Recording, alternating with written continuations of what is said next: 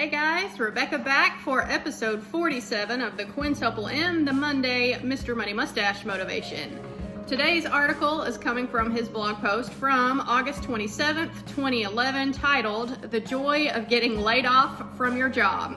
As always, I will link the link to this blog post in the description box below for y'all to click on and check out the rest of his websites.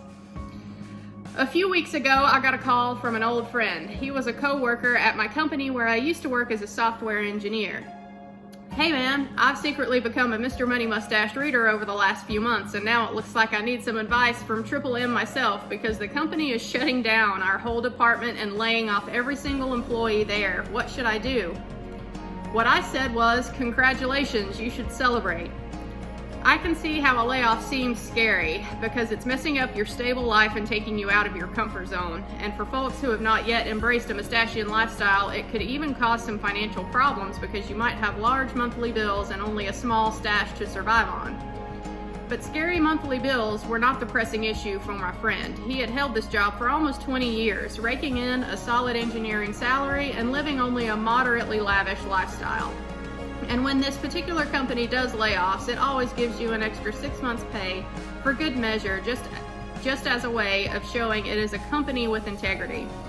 So although he hadn't planned specifically for an immediate retirement, he at least knew no collection agencies would be knocking on his door in the near future. The problem was just that he didn't know what you were supposed to do when your job disappears. He had been shaken out of a comfortable snooze and all of a sudden was forced to start doing some independent thinking and making some plans. Oh, whoa, what is going on here? Do I start applying for another job? Do I want another job? Do I have enough savings to live off of without working? If I don't work, what will I do with all of my new free time? All around him, his co-workers were awakened as well. They were all the same people I used to work with in the early 2000s. Some of them dusted off their resumes and fired them out and got hired immediately at other high-tech companies in the area.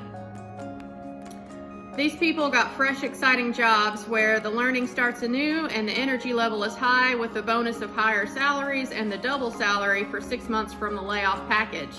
Some others may still be looking for work, but with a large safety cushion of cash backing them up. Others decided that they had spent enough days in the office and were ready to try their hand at the rare sport of early retirement. I'm proud of these people because they are about to do some real learning again, exploring new fields of study, meeting loads of people they would have not otherwise met, taking care of things that had been put aside for someday when I have time. I believe that life has much more to offer us than doing the same thing every day for the majority of our waking hours, but I've read that our brains change if we keep ourselves locked into routines as we age. Over time, people become addicted to the routine of work, and eventually that's all they know. It becomes impossible to let go or really experience anything else.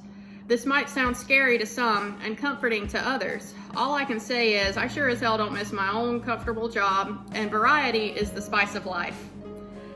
I'm not suggesting that everyone go out and quit their jobs today, but I am suggesting that once you can afford it, you should give it some fucking serious consideration. For cautious people who have had the same job a little too long, which I define as 10 years or more, but just never end up quitting because it's too cushy, a layoff may just be the best thing that could happen. As for my friend, I think I convinced him to have a go at being an independent man. We discussed the finances a little, and it looks like his stash will be plenty to provide a comfortable lifestyle that more than keeps up with inflation for forever. And he is slowly peeling off the layers of cobwebs that had caked on over those 20 years in a cubicle and coming out blinking into the bright Colorado sunshine. Congratulations, brand new mustachian. All right, I like this one too, y'all, because it highlights a very important point that I think many of us struggle with in the FIRE community, and especially after you decide to retire early, and that is a lot of people tie up their identity as a person with their careers. And if you are in a career that you absolutely love and the job that you are particularly working is a job that you love and you can never see yourself quitting and retiring, then congratulations, you have found the secret to life. And unfortunately, not everyone is in that situation though. And My argument would be that even if you are in a career and a job that you love and you can never see yourself retiring from, the possibility is always there for a situation like this, where something out of your control happens and you end up without a job for whatever reason. Maybe something as major as a layoff happens for your company. Maybe something that's out of your control changes and it just changes the way that you view your job. You no longer love it the way you once did. For example, upper management decides to change around your schedule, to change around the group of people that you work with at your career. Maybe upper management changes itself, and instead of the bosses that you had that you liked before, you now have some micromanaging pain in the ass bosses, and it's making you not enjoy your job as much as you used to. There's any number of things that can change about a job that you love. So for this reason, I feel like financial independence is an important thing to be pursuing for anyone, really.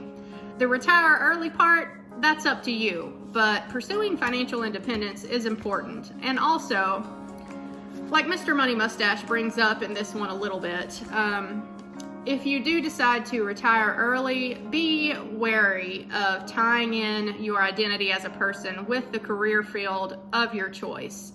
You're so much more than the job that you work, and I would hate the thought of somebody retiring early and then sinking into a deep depression just because they don't know what to do with their lives anymore. I think if that is you, if that happens to you after retiring early, then maybe before you retire, you really ought to look into developing some hobbies. There was a time recently where if someone had asked me what my hobbies were outside of work, I would have told them playing video games and napping because that is what I like to do with my free time. I was so stressed out from working my job day to day that when I came home, what I enjoyed doing was just a mental checkout of vegging out and playing video games and taking a nap. So, you know, after retirement, you could do that for sure. You know, I'm sure everybody goes through a decompression time when they choose to retire early.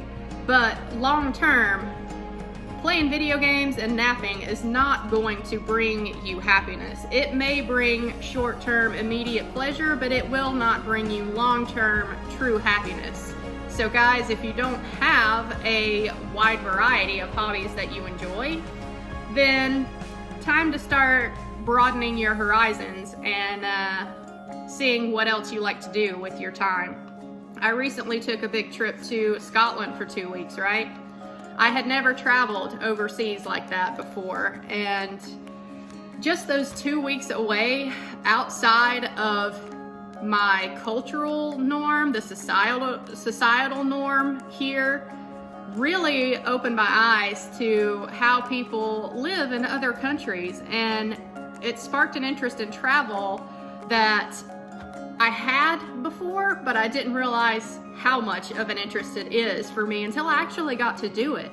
Traveling is an exciting thing, and so that's something that I'm definitely gonna have to remember if and when I decide to retire early. I'm gonna have to have enough cushion in my budget that I can continue to travel once I retire early.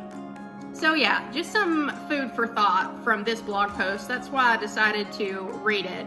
A lot of people, the problem that they have with the FIRE movement stems from that retire early part because they have a job that they love and they'll never leave it. That's cool, that's great, but just remember, sometimes the job leaves you. So for that reason, pursuing financial independence is a good thing for everybody, I think. So yeah, let me know what you think of this article down below. I'll catch y'all next Monday for the next episode of the Monday Mr. Money Mustache Motivation. Thanks for watching. Bye.